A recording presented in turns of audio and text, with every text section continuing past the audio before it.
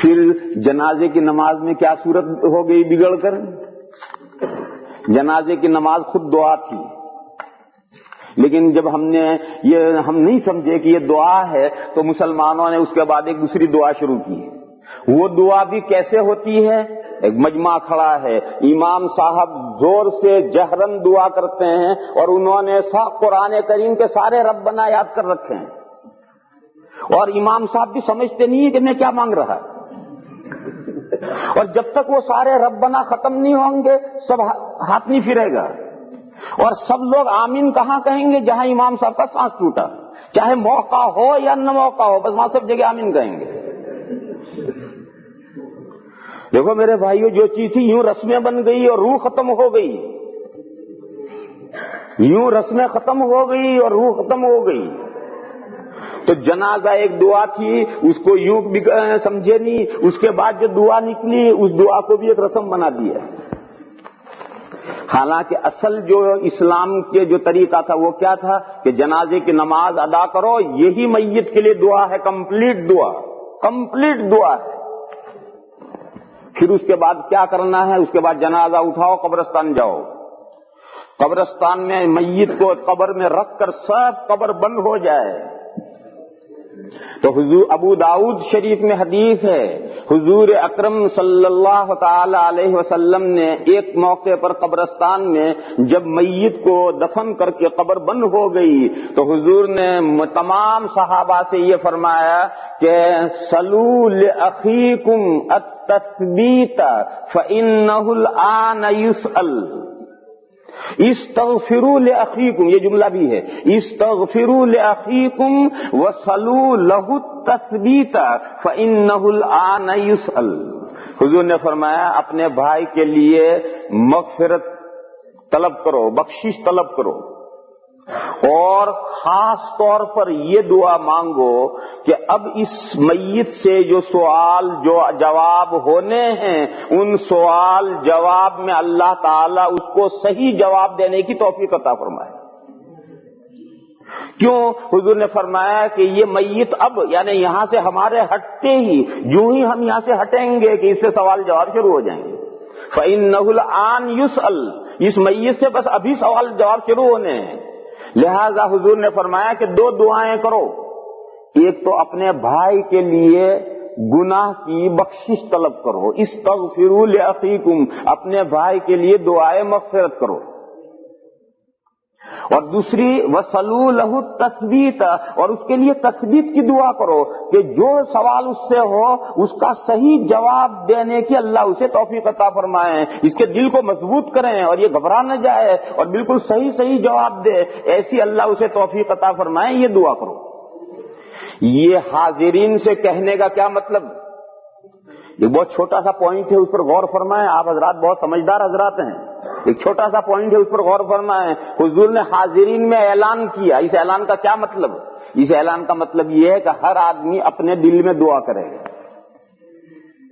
ہر آدمی اپنے دل میں دعا کرے گا، اور اگر حضور نے ہاتھ اٹھا کر کے خود دعا مانگی ہوتی تو پھر لوگوں کو تو آمین آمین کہنی ہے، انہیں یہ ہدایت کرنے کی ضرورت ہی کیا ہے کہ یہ دو دعائیں کرو، یہ کہ ہدایت کرنے کی ضرورت کیا ہے؟ حضور تو عربی جانتے ہیں، سارا مجمع عربی جانتا ہے، حضور جو دعا کریں گے اسے وہ سمجھیں گے، اس پر آمین کہیں گے، انہیں کوئی ہدایت کرنے کی ضرورت ہی نہیں ہے۔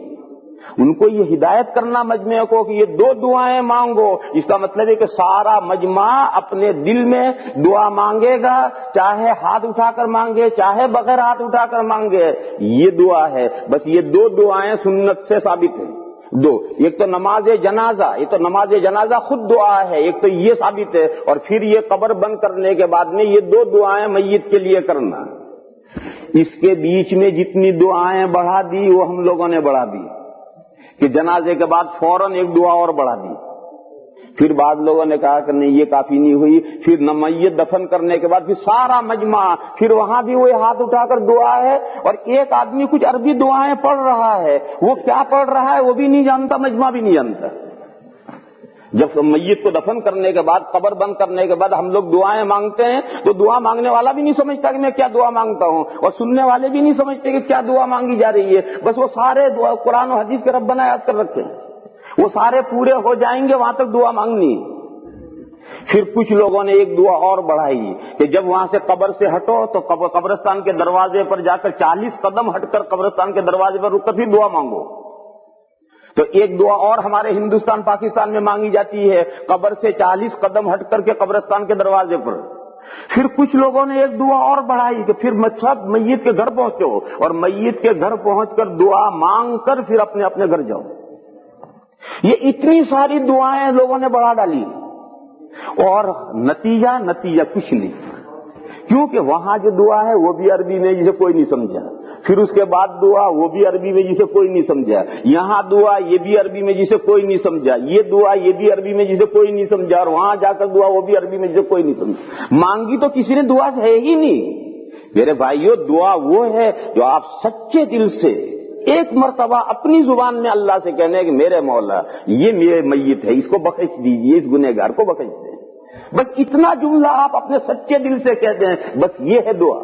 لمبی چوڑی دعا کی ضرورت نہیں ہے, آپ کے سچے دل سے یہ دعا نکلنی چاہیے کہ خدایا اس میت کو بخش دیں. حدیث شریف میں ہے, حدیث شریف میں سرکار دو عالم صلی اللہ تعالی علیہ وسلم کا ارشاد ہے کہ جس میت کی نماز جنازہ 3 صفحے پڑھیں اور وہ سچے دل سے میت کے لیے سفارش کریں, گناہوں کی بخشش مانگیں, تو اللہ اس کی بخشش فرما دیں.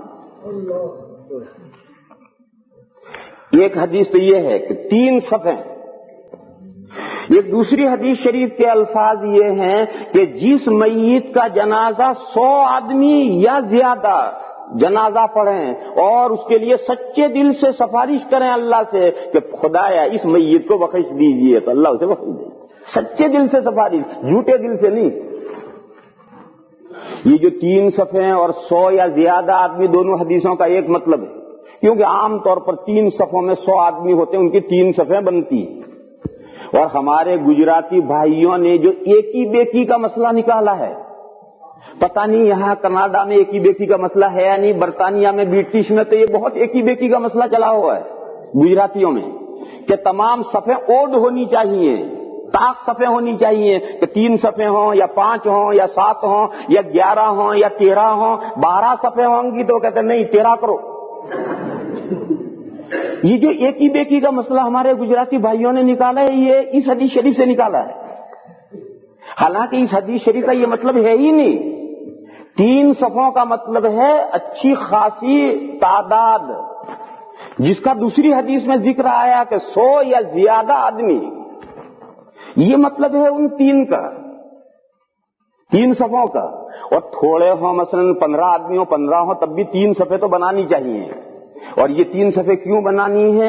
اس حدیث شریف کے جو راوی صحابی ہیں وہ صحابی ایسا کرتے تھے کہ اگر کسی جنازے میں جنازہ پڑھنے والے کم ہوتے تھے تب بھی ان کو 3 صفحے بناتے تھے اور اللہ کے فضل سے امید باندھتے تھے کہ اللہ بخش دیں.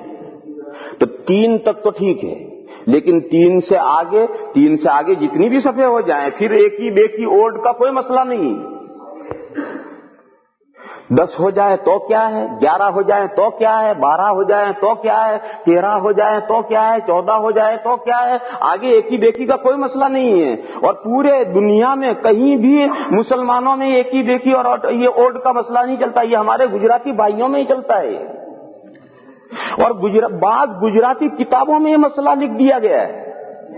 تو اس لیے اچھی طرح سے اس مسئلے کو سمجھ لو کہ دین اور شریعت وہ ہے جو ساری دنیا میں ہے, صرف گجرات میں ہے وہ دین اور شریعت نہیں.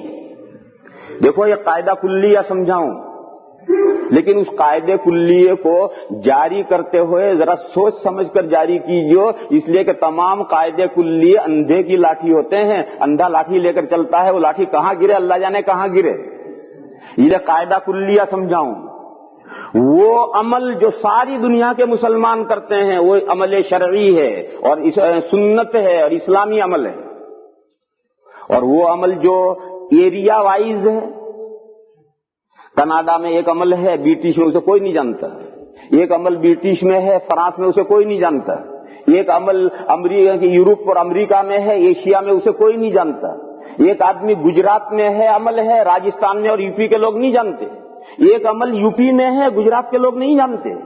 ایک عمل ہندوستان میں ہے, برما اور رنگون والے اسے نہیں جانتے. ایک عمل ہندوستان میں ہے، چین میں اسے کوئی نہیں جانتا.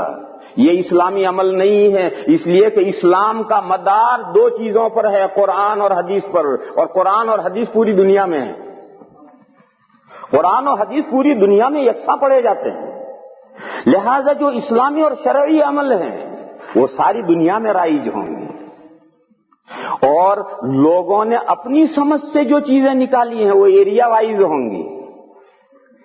کسی علاقے میں مرنے کے بعد میں طرح طرح کی رسمیں اور بدعات رائج ہوں گی، دوسرے علاقے والے اسے نہیں جانتے، ان کے یہاں کچھ اور چیزیں ہوں گی، تیسرے علاقے میں کچھ اور چیزیں ہوں گی. تو یہ قاعدہ کلی یاد رکھو کہ چونکہ اسلام کا مدار قرآن اور حدیثوں پر ہے، اور قرآن اور حدیثیں کسی خاص علاقے میں نہیں ہیں، پوری دنیا میں یکساں پھیلی ہوئی ہیں. قرآن بھی ساری دنیا میں ہے، حدیثیں بھی ساری دنیا میں ہیں. لہذا ساری دنیا میں مسلمانوں میں جو عمل چل رہا ہے وہ اسلامی عمل ہے، وہ سنت ہے. اور جو ایریا وائز عمل ہیں کہ اس علاقے کے ہمیں مسلمان جان کرتے ہیں، اس علاقے میں لوگ نہیں جانتے، اس علاقے میں کرتے ہیں، اس علاقے کے لوگ اس سے بے خبر ہیں، یہ سب لوگوں کی نکالی ہوئی چیزیں ہیں. یہ قرآن و حدیث میں یہ چیزیں نہیں. تو اب آپ دیکھیے، آپ عرب کے کسی جنازے میں جا کر شریک ہوئیے تو آپ کو یہ دو چیزیں ملیں گی. نماز جنازہ، ساری دنیا میں مسلمان نماز جنازہ پڑھتے ہیں، کوئی دنیا کا ایسا خطہ نہیں ہے جہاں مسلمان نماز جنازہ نہ پڑھتے ہیں. معلوم ہے نماز جنازہ شرعی چیز ہے. پھر قبر بند کرنے کے بعد میں تھوڑی دیر کھڑے رہ کر کے اس کے لیے دعا ساری دنیا میں مسلمان کرتے ہیں، کہیں چلے جاؤ. معلوم ہے یہ بھی شرعی چیز ہے. اور اب باقی چیزیں ایریا وائز ہیں. جنازے کے بعد فوراً دوسری دعا، جنازے کے بعد دعا کہیں ہے کہیں نہیں. پھر قبرستان سے ہٹ کر کے قبرستان کے دروازے پر رک کر دعا دنیا میں کہیں ہے کہیں نہیں. پھر سارے لوگ میت کے گھر جائیں اور وہاں دعا کر کے منتشر ہوں، یہ دنیا میں کہیں ہے کہیں نہیں. تو یہ جو باتیں جو کہیں ہیں دنیا میں اور کہیں نہیں ہے، یہ ایک موٹی سی علامت ہے اس بات کی کہ یہ قرآن و حدیث کی باتیں نہیں ہیں. اگر یہ قرآن و حدیث کی باتیں ہوتی تو قرآن و حدیث تو ساری دنیا میں ہے، لہذا یہ عمل ساری دنیا میں ہونا چاہیے. یہ قاعدہ کلیہ میں نے بتایا ہے، مگر ہر قاعدہ کلیہ کو جاری کرنا ہر ایک کے بس کا نہیں ہے. وہ قاعدہ کلیہ جاری کرتے ہو تو بہت سی جگہ پر آدمی غلطی کرتا ہے. اس لیے بہت سوچ سمجھ کر کے قاعدہ جاری کرنا، جو قاعدہ کلیہ ہوتا ہے اسے بہت سوچ سمجھ کر جاری کرنا ہوتا ہے.